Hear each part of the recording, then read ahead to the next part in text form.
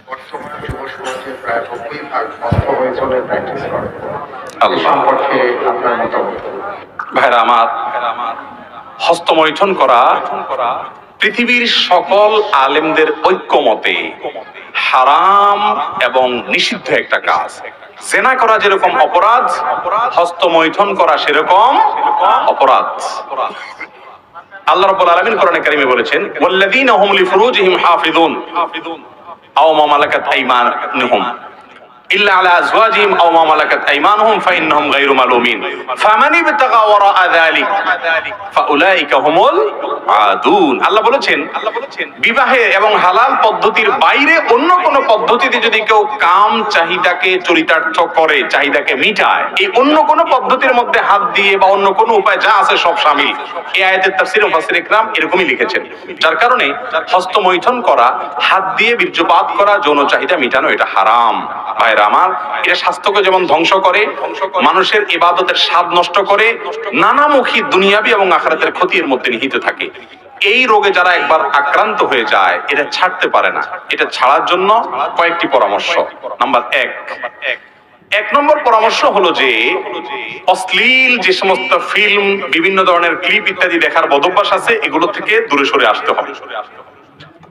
প্রয়োজনে ফেসবুকে যে সমস্ত পেজ থেকে এগুলো আছে সেগুলো আনফলো করতে হবে, ব্লক করতে হবে। যে সমস্ত আইডি থেকে আসে তাদেরকে ব্লক করতে হবে। করে আপনি আগে নিজের ভিতরে যাতে বাজে চিন্তা না আসে সেই জায়গাটা বন্ধ করতে হবে।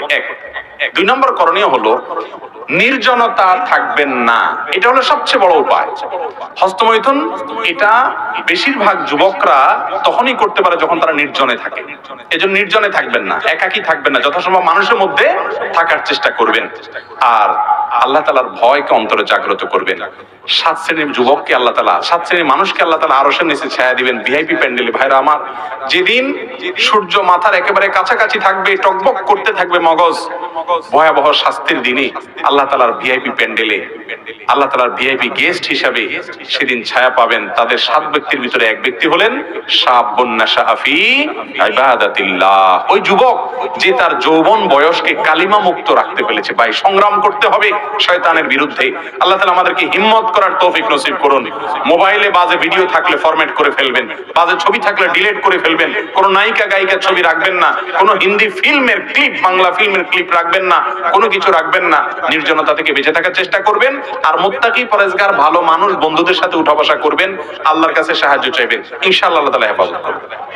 একটি যুবক যে শতকের মধ্যে ব্যভিচার করেছেন, সে কি তওবা করে জান্নাতে যাওয়ার আশা করতে পারে? তার কি কোনো ক্ষমা হবে? আল্লাহু আকবার। আল্লাহ তাআলা আমার এই যুবক ভাই, এরকম কেউ যদি থাকেন যে এত বেশি জিনা করেছেন জীবনে, আল্লাহ রাব্বুল আলামিন তাকে পরিপূর্ণ তওবা করার তৌফিক নসিব করুন।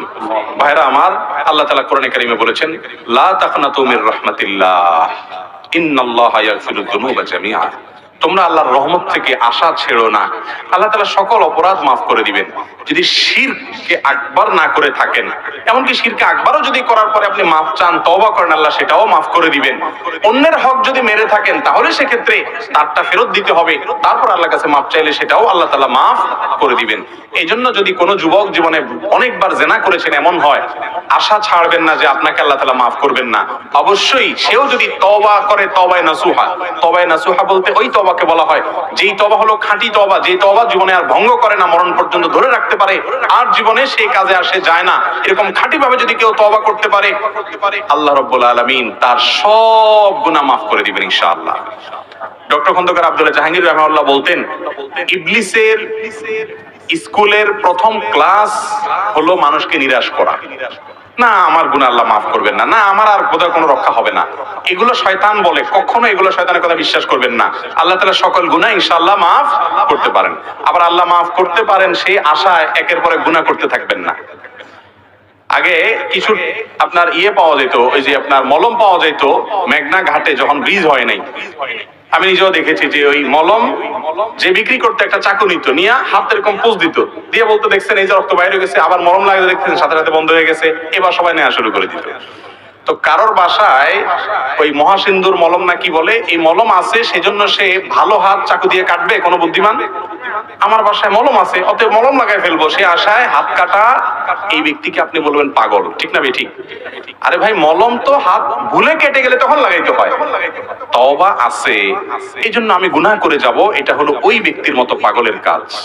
আপনারা কে বলেছে যে সে সুযোগ আপনার হবে না হবে? এই জন্য যুবক ভাইরা, যদি জেনা করেও থাকেন আল্লাহর কাছে খাঁটি অন্তরে তওবা করবেন, লজ্জিত হবেন, মাফ চাইবেন, নিজেকে নিয়ে ভৎসনা করবেন, আর জীবনে কখনো সে পথে যাবেন না, ইনশাআল্লাহ আল্লাহ তাআলা মাফ করে দিবেন। প্রশ্ন হলো যে বর্তমানে দেখা যায় ছেলে মেয়ে মা বাবা সবাই একসাথে মিলে টেলিভিশন দেখছে, বিভিন্ন ধরনের ভারতীয় নগ্ন সিরিয়াল গুলো দেখছে এবং ছাড়তেও পারছে না। এই ক্ষেত্রে আখিরাতে তাদের কি শাস্তি অপেক্ষা করছে? দেখুন, টেলিভিশন চ্যানেলের এখন আর প্রয়োজন হয় না, এখন মোবাইল গুলো প্রত্যেকের পকেটে পকেটেই টেলিভিশন, ঠিক না ঠিক? এখন এই টেলিভিশনে মোনাজাত দিতে দিতে আমাদের রাত শেষ হয়। মোনাজাত দেওয়া তো বুঝেন, এই যে এইভাবে রাত্রে শোয়ার সময় এরকম ধরে রাখে, মানে মোনাজাত। এই মোবাইলের শয়তানি মোনাজাত, এটা এখন ঘরে ঘরে ঘরে ঘরে জনে জনে, ঠিক না ঠিক? আরে মা বাপ তো পরের কথা, দুধের বাচ্চারাও কার্টুন একটা ধরাই দেওয়া লাগে, সাঁতারও মোনাজাতে লাগাই দেয়, ঠিক না ঠিক? গোটা পরিবার মোনাজাতে লেগে গেছে, আল্লাহর কাছে না শয়তানের কাছে। প্রিয় ভাইরা আমার, এটা আমাদের পরিবারের সম্পর্কগুলো শেষ করে দিচ্ছে। সন্তানরা বাবা মার স্নেহ পায় না, স্বামী স্ত্রীর মধ্যে ভালোবাসা নাই, ওই যে এগুলোর মধ্যে আসক্তি এবং দাম্পত্য কলহ, পারিবারিক অশান্তি, সামাজিক অশান্তি, হাজারো অনাচারের পথ খুলছে। এগুলো হারাম। জেনাল আইনি আন নাজার, নবীজি বলেছেন চোখের জেনা হলো চোখ দিয়ে হারাম কিছু দেখা। এই কান, এই চোখ কিয়ামতের দিন সাক্ষ্য দিবে। চোখ বলবে, আল্লাহ আমাকে দিয়ে আপনার কালাম পড়ে নাই, এই নালায়েক, এই কমবক্ত, এই হতভাগা আমাকে দিয়ে শুধুমাত্র মোবাইলে হারাম জিনিস দেখেছে। আল্লাহ তাআলা আমাদেরকে তওবা করার তৌফিক নসিব করুন। মহিলাদের তালিম করা যাবে কিনা, জায়েজ কিনা? মহিলাদের তালিম করা যাবে কিনা? তালিম মানে হলো শেখানো, কোরআন হাদিস শেখানো। পুরুষদের যেরকম জায়েজ, মহিলাদেরও জায়েজ। মৌলিক কথা এটা, বরং মহিলারাও কোরআনের কথা বলবে, হাদিসের কথা বলবে, নিজেদের মধ্যে ইসলাম প্রচার করবে। আল্লাহ তাআলা কোরআনে কারীমে বলেছেন, আল মুমিন ওয়াল মুমিনুনা ওয়াল মুমিনাত বা'দুহুম আউলিয়াউ বা'দ ইয়ামুরুনা বিল মা'রুফ ওয়া ইয়ানহাউনা আনিল মুনকার। নারী পুরুষ একে অন্যের অভিভাবক, একে অন্যের পরিপূরক, বন্ধু। অতএব তারা উভয়, নারী পুরুষ সবাই সৎ কাজের আদেশ দিতে হবে, অসৎ কাজের বাধা প্রদান করতে হবে। শুধুমাত্র মহিলা পুরুষরাই করবে, মহিলারা করবে না তা না। তবে হ্যাঁ, মহিলারা মহিলাদের মধ্যে করবে। আজকাল আবার অনেক এলাকায় মাহফিল শুরু হয়েছে, পুরুষদের মধ্যেও মহিলারা ওয়াজ করে। আবার ইউটিউবে অনেক মহিলার ওয়াজ পাওয়া যায়, লা হাওলা ওয়ালা কুওয়াতা ইল্লা বিল্লাহ। মহিলার ওয়াজ থাকলে ওয়াজ শুনবে না, আওয়াজ শুনবে বসে বসে। কি বলেন? পুরুষ যদি মহিলার ওয়াজ শুনে, ওয়াজ তো শুনবে না, শুনবে কি? আওয়াজ। আওয়াজ শুনে হারাম মজা নিবে, ঠিক না ঠিক? ওয়াজে কোরআন তেলাওয়াত করতে হয়, কোরআন তেলাওয়াতে সুন্দর করে বলতে হয়। আল্লাহ তাআলা কোরআনে বলছেন, তাদেরকে ফালা তাখদানা বিল কওল, কোমল কণ্ঠে কথা বলো না। এই জন্য মহিলারা নিজেদের মধ্যে তালিম করবে, দাওয়াতি কাজ করবে। সফরের দূরত্বে যেতে হলে মাহরাম সাথে নিয়ে যেতে হবে। আর নিজেদের মধ্যে তালিম করলে, এলাকার মধ্যে তালিম করলেও বাবা, স্বামী, সংসার, সন্তান, তাদের হক আদায় করে তারপরে করতে হবে। এবং অভিভাবক যদি নিষেধ করে তাহলে তার জন্য ফরজ না, বাড়ি বাড়ি গিয়ে তালিম করা। ব্যালেন্স করতে হবে, তালিমও করবেন, আবার সংসার, অভিভাবকের নির্দেশ এগুলো মেনে চলবেন। অনেকে বলে দূত, অভিভাবকের কথা শোনা যাবে না। অভিভাবকের কথা শোনা হলো বড় গুরুত্বপূর্ণ কাজ, এরপরে আপনার জন্য নফল তালিম। হ্যাঁ, আপনার বাসার মধ্যে যারা আছে তাদেরকে আপনি সৎ কাজের আদেশ, সৎ কাজের বাধা অবশ্যই প্রদান করতে হবে। জি।